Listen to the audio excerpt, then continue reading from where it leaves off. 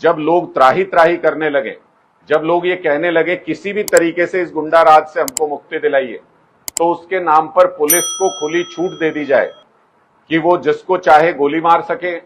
जिसको चाहे जेल में बंद कर सके और आतंक का सफाया करने के नाम पर चुनाव के दिनों में अपने विरोधियों की आवाज को दबाने के लिए पुलिसिया तंत्र का खुला इस्तेमाल भारतीय जनता पार्टी की सरकार कर सके, इसके लिए पूरे प्रदेश को आतंक की दहशत की आग में, भय की आग में झोंक दिया गया है। बिना भारतीय जनता पार्टी की शय के ऐसा मुमकिन नहीं है। 9.5 साल से भी तो सरकार चली रही थी। बेशक प्रदेश के अंदर अपराध बढ़ रहे थे, बेशक प्रदेश के अंदर महिलाओं के प्रति असुरक्षा बढ़ रही थी, बेशक हम सबसे असुरक्षित प्रदेश से, बेरोजगारी में सबसे आगे थे,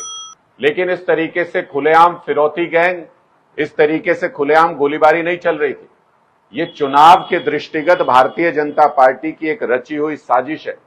जिसके जरिए वो अपने विरोधियों की आवाज को बंद करने के लिए एक हथियार चाहते हैं, पुलिसिया तंत्र प्रदेश में स्थापित करना चाहते हैं और उस पुलिसिया तंत्र के जरिए चुनाव जीतना चाहते हैं, क्योंकि लोगों का समर्थन अब उनको नहीं मिल रहा। लोकसभा चुनाव में भारतीय जनता पार्टी को हरियाणा के लोगों ने हाफ पहुंचा दिया है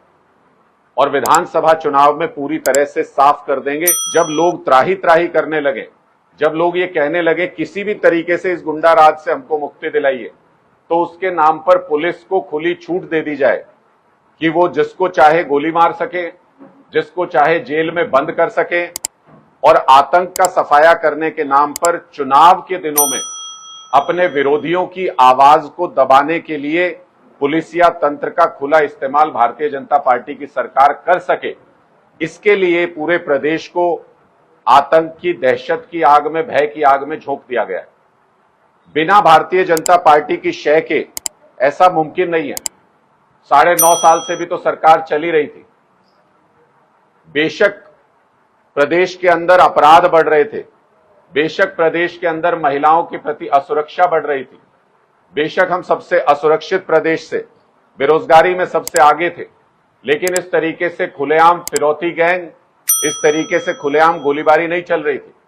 ये चुनाव के दृष्टिगत भारतीय जनता पार्टी की एक रची हुई साजिश है, जिसके जरिए वो अपने विरोधियों की आवाज को बंद करने के लिए एक हथियार चाहते हैं, पुलिसिया तंत्र प्रदेश में स्थापित करना चाहते हैं और उस पुलिसिया तंत्र के जरिए चुनाव जीतना चाहते हैं, क्योंकि लोगों का समर्थन अब उनको नहीं मिल रहा। लोकसभा चुनाव में भारतीय जनता पार्टी को हरियाणा के लोगों ने हाफ पहुंचा दिया है और विधानसभा चुनाव में पूरी तरह से साफ कर देंगे।